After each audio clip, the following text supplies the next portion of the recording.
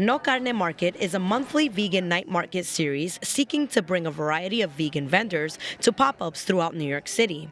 Their most recent market took place uptown at Buunni Coffee in Inwood. This is our second uptown No Carne Market here in the Inwood community of Upper Manhattan, and we aim to have vegan night markets throughout the city. It was also very important to us to make sure to give the opportunity to up-and-coming vendors, like up-and-coming businesses, because we know when we started, we wanted somebody to give us the opportunity. So it was important to us to not only include the big brands, but also help someone out who's just starting, need a little help, make sure we give them the resources that we wish we had, yeah. Vendors brought their delicious vegan cuisine from the Bronx, Manhattan, Brooklyn, Queens, and beyond. Comelonas, pretty much we revamp cultural food staples in the hood and make them plant-based, so not compensating any of the flavor or the health benefits. So we mix the two together. So for example, we did chopped cheese. Chopped cheese is a, Bronx cheeseburger, but we made that into empanadas. Estos son los coquitos. So the coquitos usually are made with coconut milk, and it has egg and milk, condensed milk.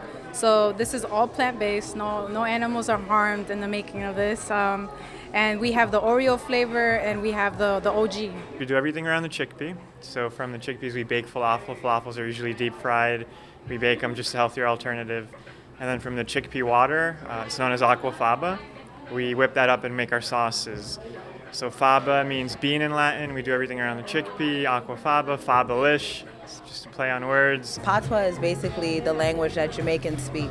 And I know a lot of people translate like Spanish as the language of love. So I want to translate it to the language of food for Jamaicans. Like, you taste the lingo, like you taste what we eat. I feel that a lot of people view veganism as like rabbit food. And it's just like, it's really important to know that like your favorite dish oftentimes is vegan, like rice and beans is vegan, or like a patty can have lentils and be vegan. It's really about the flavoring and the seasoning. The pop-up wasn't just about highlighting vegan foods. Organic skincare was also at the forefront and available for purchase at this unique pop-up event. It's a plant-based skincare and hair care company. Our purpose behind it is really creating products that are plant-based, people could use every day, and also that are affordable. I feel like a lot of times when it comes to plant-based products, you go to the store, it's like $20 and $30, and it becomes very hard for people of color, especially, to use every day. So